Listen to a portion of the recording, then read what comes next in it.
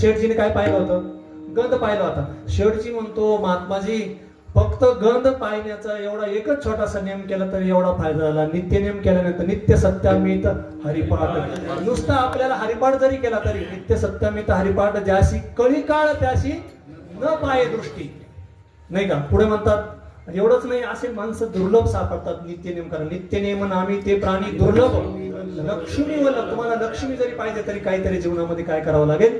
नियम करावा लागेल. म्हणून पायी तीर्थयात्रा मुखी राम नाम हाची माझा नेम. तो नेम कशासाठी नाही का? पायी तीर्थयात्रेचा नियम सुद्धा कशासाठी? राम म्हणता वाट चाली यज्ञ पावला पावले. म्हणजे आपल्याला काय केलं? नामचिंतनच घडतं. म्हणून पायी तीर्थयात्रा मुखी राम नाम हाची माझा नेम सिद्धीने. किंवा नामदेव महाराज सुद्धा म्हणतात केला नेम नामामध्ये केशव राजा केला नेम चालवी माझा. त्याच्यावर सगळा भार टाकून द्यायचा ना, तोच आपला काय करतो? नियम चालवतो. आणि या ठिकाणी बघा मागणारे कोण आहेत? संत आहेत. देणारा कोण आहे? परमात्मा आहे. आता मागणाऱ्यामध्ये अनेक प्रकार असतात. काही मागतच नाही. काही लोक काय होतात?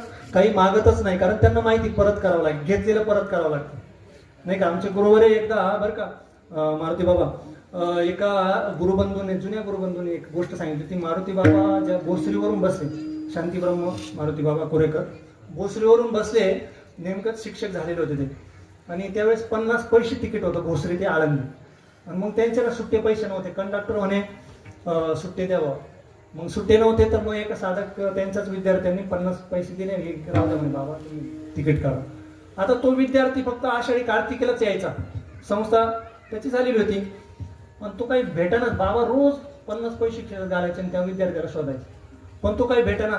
आषाढी गेली, कार्तिकेला एक दिवस बोरोबा काका मंदिराच्या पुढून तो चालत असताना दिसला. बाबा इकडून संस्थेकडून निघाले. अरे इकडे इकडे म्हणे, इकडे.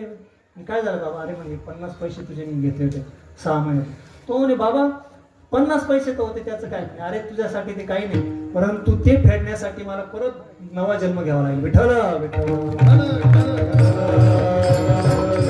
नरसिंह बाबा म्हणायचे की मधुकरी तुम्ही खाताय, मधुकरी मागताय, पण मधुकरी खाऊन जर तुम्ही झोपा काढत असाल, नामचिंतन जर करत नसाल, अभ्यास जर करत नसाल, तर तुम्हाला ज्यांच्या घरी तुम्ही मधुकरी मागता ना, त्यांच्या घरी जाऊन तुम्हाला दुसऱ्या जन्मामध्ये बैल होऊन ते फेडावं लागेल. विठ्ठल विठ्ठल.